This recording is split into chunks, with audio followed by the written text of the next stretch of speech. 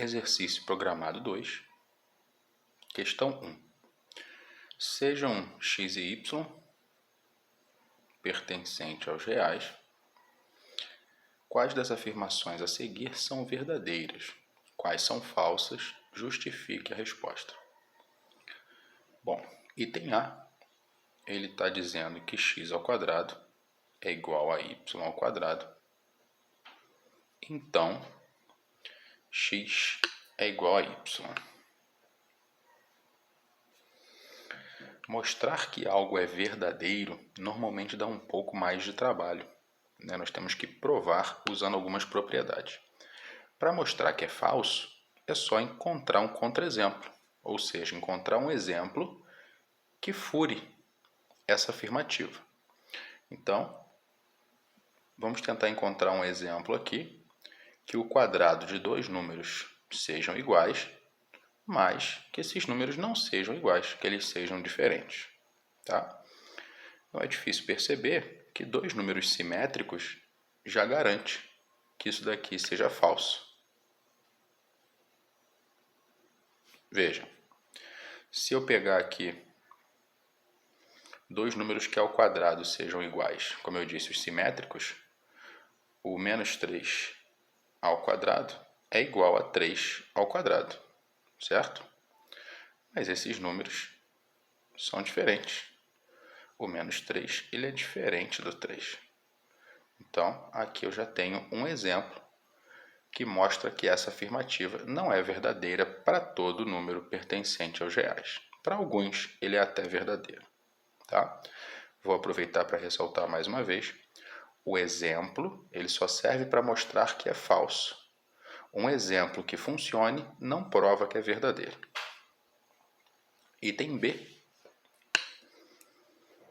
Eu tenho que a raiz quadrada de x ao quadrado é igual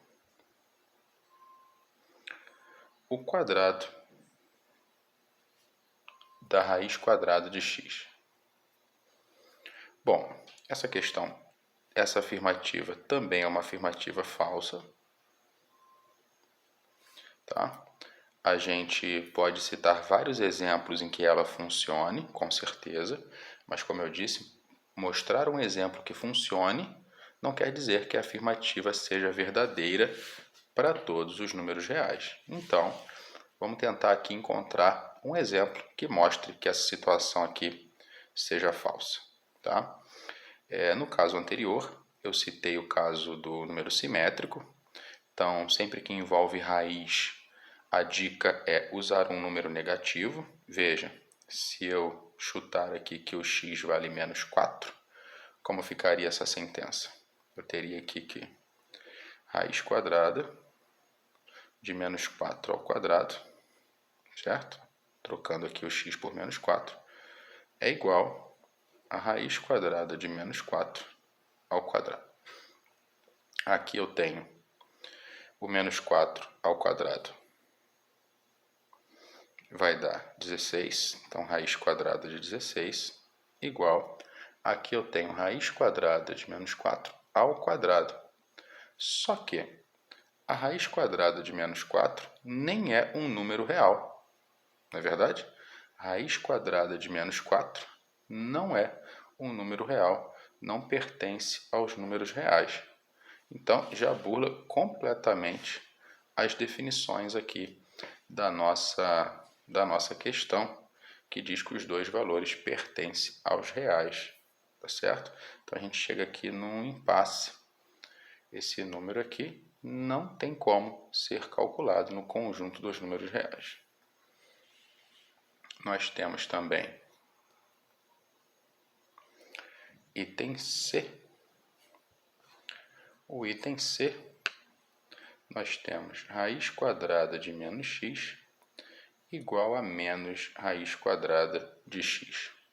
Então, vamos seguir aqui o mesmo raciocínio, tá? De usar números apelando para o caso dele ser negativo, tá? Se eu quero que aqui dentro permaneça negativo, eu posso jogar um positivo ou posso jogar um negativo para que ele apareça aqui. Aí é a opção sua, tá? Vou jogar aqui x igual a 9, por exemplo. poderia ser qualquer outro número. Veja que se eu faço x igual a 9, terei aqui raiz quadrada de menos 9 igual a menos raiz quadrada de 9. Desse lado de cá eu consigo calcular sem problema nenhum, menos raiz quadrada de 9 é 3, então desse lado eu teria menos 3, só que desse lado aqui, mais uma vez, não tenho como calcular isso daqui não é um número real, tá?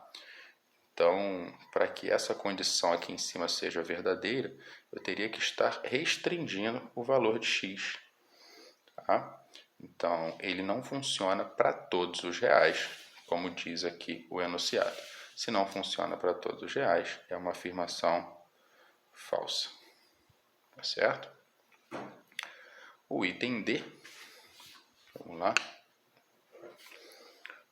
O item D diz que raiz quadrada de x mais y é igual a raiz quadrada de x mais raiz quadrada de y. Então, vamos lá mais uma vez, tentar encontrar um contra-exemplo. Como tem raiz quadrada, a ideia é que a gente tente chutar valores que existam raiz quadrada exata para facilitar a nossa conta. Então, poderia colocar aqui, por exemplo, x igual a 16 e o y igual a 25, ou qualquer outro número, tá? Que tenha raiz exata, raiz quadrada exata. Quando eu substituo aqui, vai ficar raiz quadrada de 16 mais 25 igual a raiz quadrada de 16 mais raiz quadrada de 25. Agora, posso somar essa parte aqui. Teremos raiz quadrada, vai dar aqui 41, igual raiz quadrada de 16 é 4, mais raiz quadrada de 25 é 5. Então, concluímos aqui que a raiz quadrada de 41 é 9. E a gente sabe que isso daqui é falso, certo? Logo, essa afirmação ela não é verdadeira para todos os reais. Mais uma vez, pode até ser que seja verdadeira para algum intervalo, tá? Mas aqui nós demos um contra-exemplo. Coloquei qualquer valor que tinha raiz exata. Poderia ser 1,4, 1,9, 4,9, 9,16. Fui chutando valores que dá raiz exata para facilitar o nosso entendimento, mas poderia ser, inclusive, um contra-exemplo com números que não têm raiz exata, tá? Fica aí a sugestão para você tentar com outros números. O item E agora, bem parecido. O item E é raiz quadrada de x vezes y igual a raiz quadrada de x vezes raiz quadrada de y. Vamos mais uma vez tentar um contra-exemplo, tá? Aqui uma afirmativa muito perigosa, porque muitas vezes a gente usa essa propriedade quando está estudando radiciação, só que a gente precisa se atentar para a definição que foi dada na questão. E a definição diz que essas afirmativas precisam ser verdadeiras para todo x e y pertencente aos reais. Então, se é para todo, a gente pode tentar encontrar aqui algum exemplo que funcione como um contra-exemplo, que é aquele que mostra que é falso, na verdade. Então, vamos lá. Na letra E, eu vou chutar aqui mais uma vez números negativos para forçar a aparecer aquele erro que a gente já encontrou nos outros itens, onde a gente tem um número que não seja real, e aí ele já quebra a definição da questão. Então, vou colocar aqui, por exemplo, x igual a menos 4, y é igual a menos 9.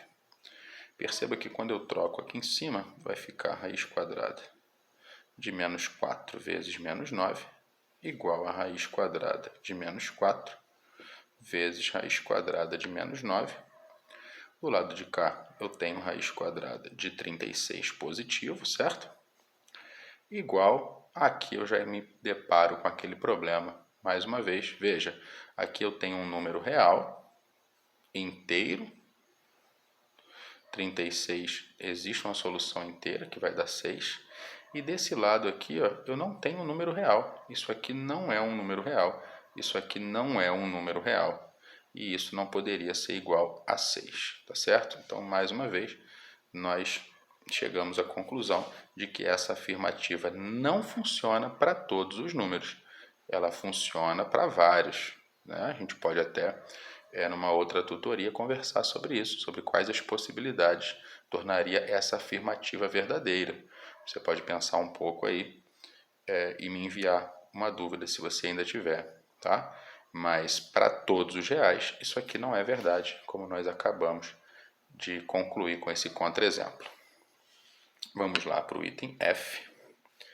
Item F é um item muito parecido com o item E. Estamos aqui na propriedade da divisão. Raiz quadrada de x dividido para y é igual a raiz quadrada de x dividido pela raiz quadrada de y, tá?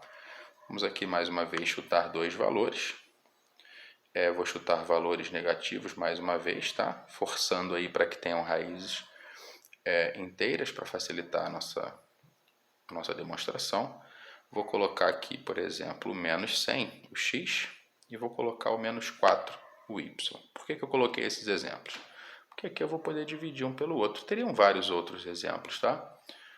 Acabei escolhendo esse. Veja aqui, ó, se eu troco o x por menos 100, vai ficar a raiz quadrada de menos 100 dividido por menos 4, igual raiz quadrada de x vai ser raiz quadrada de menos 100 dividido por raiz quadrada de menos 4.